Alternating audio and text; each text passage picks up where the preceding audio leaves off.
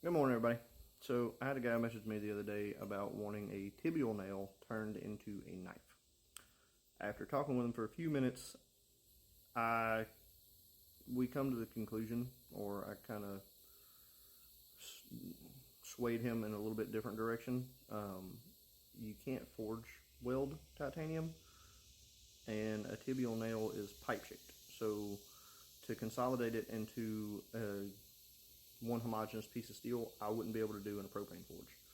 So after we talked about that for a minute, I told him if we could get it smelted into a bar of titanium, I could do something with that.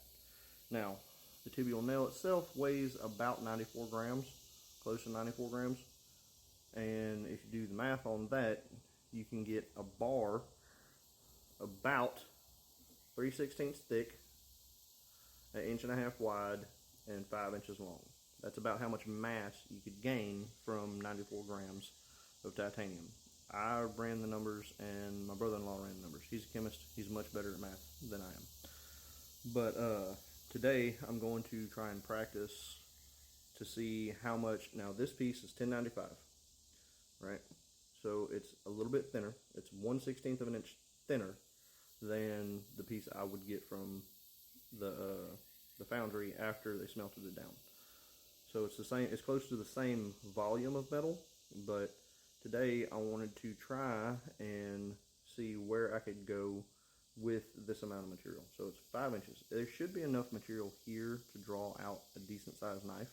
It's not going to be a huge knife. It would be something like an everyday carry, but there's purposely leaving less material than what I will have, because I know if I can do a decent sized knife with this amount of material, then I will be able to do a decent sized knife with a little bit more material. There'll be a little bit more leeway on that, but yeah. Also, my Parks 50 quenching oil came in, so I can do much better quenching now than I was doing with water, which water works. It's not recommended ever, but water works in a pinch. You have to be very, very careful because it's a very aggressive quench. It's a very fast quench. Parks 50 is a lot more forgiving than just water, but this is also going to serve a dual purpose, so I can practice the quench for Austin's knife. So I may wind up destroying this piece. I'm not sure. I just want to see.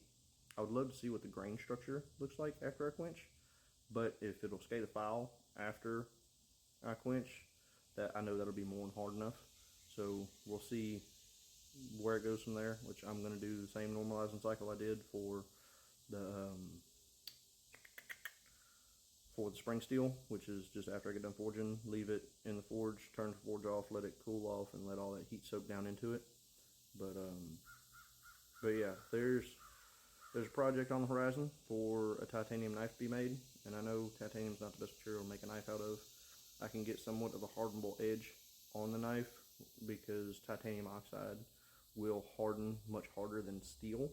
That's why people have a problem machining titanium, because it'll case harden and get that what do you call it? It'll get that buildup of oxide on it. So titanium oxide is much stronger than steel. It has a higher Rockwell hardness than even quenched steel. That's why you have to have diamond bits, or carbide can do it, but you have to keep the titanium very cold and not get it hot enough for that titanium oxide to build up.